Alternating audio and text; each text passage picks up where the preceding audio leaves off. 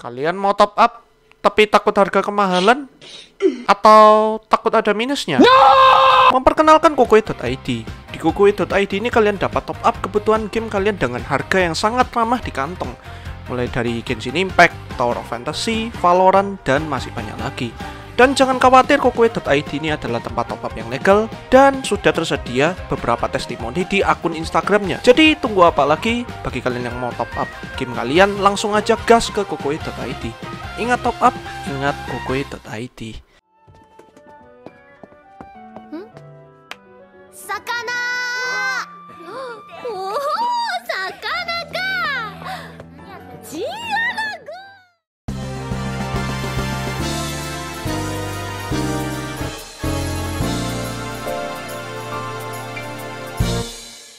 Ya halo, kembali lagi bersama aku di channel Meyos Production. Dan kali ini aku bakalan mereview sebuah anime original yang waktu itu tayangnya itu barengan sama Engage Kiss di tahun lalu, yaitu 2022, yang berjudul Lycoris Recoil. Nah, anime ini aku cukup tertarik karena ya memang ini cukup banyak dibahas pada waktu itu. Tapi apakah beneran bagus? Silahkan kalian tonton video ini sampai habis.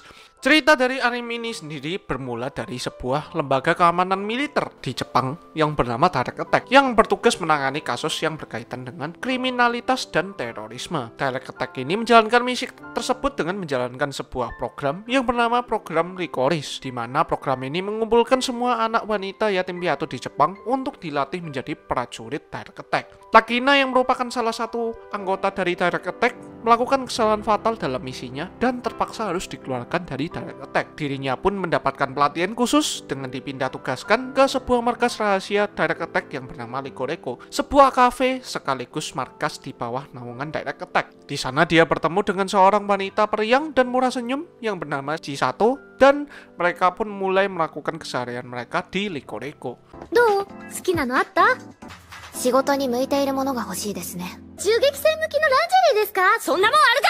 Oke, jadi itu garis besar cerita dari anime ini sendiri. Dan apakah anime ini bagus?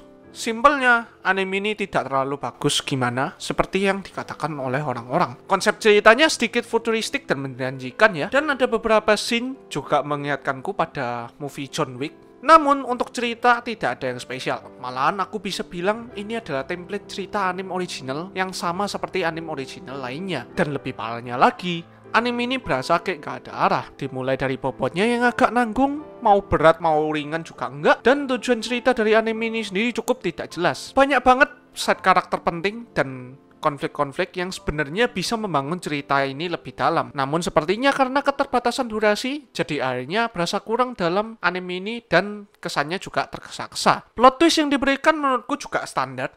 Malahan kalau nggak ada plot twist, aku bakalan mikir, masa nih anime gini doang sih? Bener aja, aku selama nonton anime ini sendiri, keseluruhannya cuma 70% fanservice, 30% cerita. Hal ini cukup membuat anime ini nggak jelas ceritanya. Don't get me wrong, aku juga suka fanservice. Bahkan aku kalau misalnya disuruh nonton Yuri, bisa aja aku seneng. Asalkan ceritanya di sini jelas. Nah masalahnya, nih anime mau ceritanya yang berat enggak, ringan juga enggak. Ceritanya pokoknya udah gak jelas kemana-mana gitulah. Development karakter juga standar. Bahkan yang katanya orang-orang development karakternya Takina ini bagus, malahan menurutku ini sudah seharusnya cara seperti Takina ini mendapatkan development. Dan eksekusinya juga cukup tergesa-gesa. Dan mungkin hal yang bisa diapresiasi dari anime ini cuma satu, yaitu tim produksinya. Dimulai dari studionya A1 Pictures, visual dari anime ini bisa terbilang cukup memanjakan mata dan tidak main-main. Desain dan animasi karakter juga sangat stabil, dan choreo scene actionnya pun juga sangat memukau. Musik juga sama, sound design yang cukup detail, opening dan ending yang cukup enak dan diisi oleh artis ternama, sampai ke seiyuu-seiyunya yang diisi oleh banyak seiyuu senior. Kalian bisa nonton sendiri di MAL atau My Anime List. Ya, jadi itu menurutku review anime tentang Lycoris Recoil ini. Dan ya, menurutku ini anime tidak sebagus yang aku kira, kayak bisa bagus wah-wah gimana gitu seperti kata orang. Anime ini standar anime original pada umumnya. Dan bahkan aku kalau disuruh milih antara Shinobi no Itoki atau Engage Kiss sama nih anime Lycoris Recoil, mending kalian nonton Engage Kiss sama si Shinobi no Itoki ini, karena memang ceritanya itu masih jelas dan masih terarah gitu loh.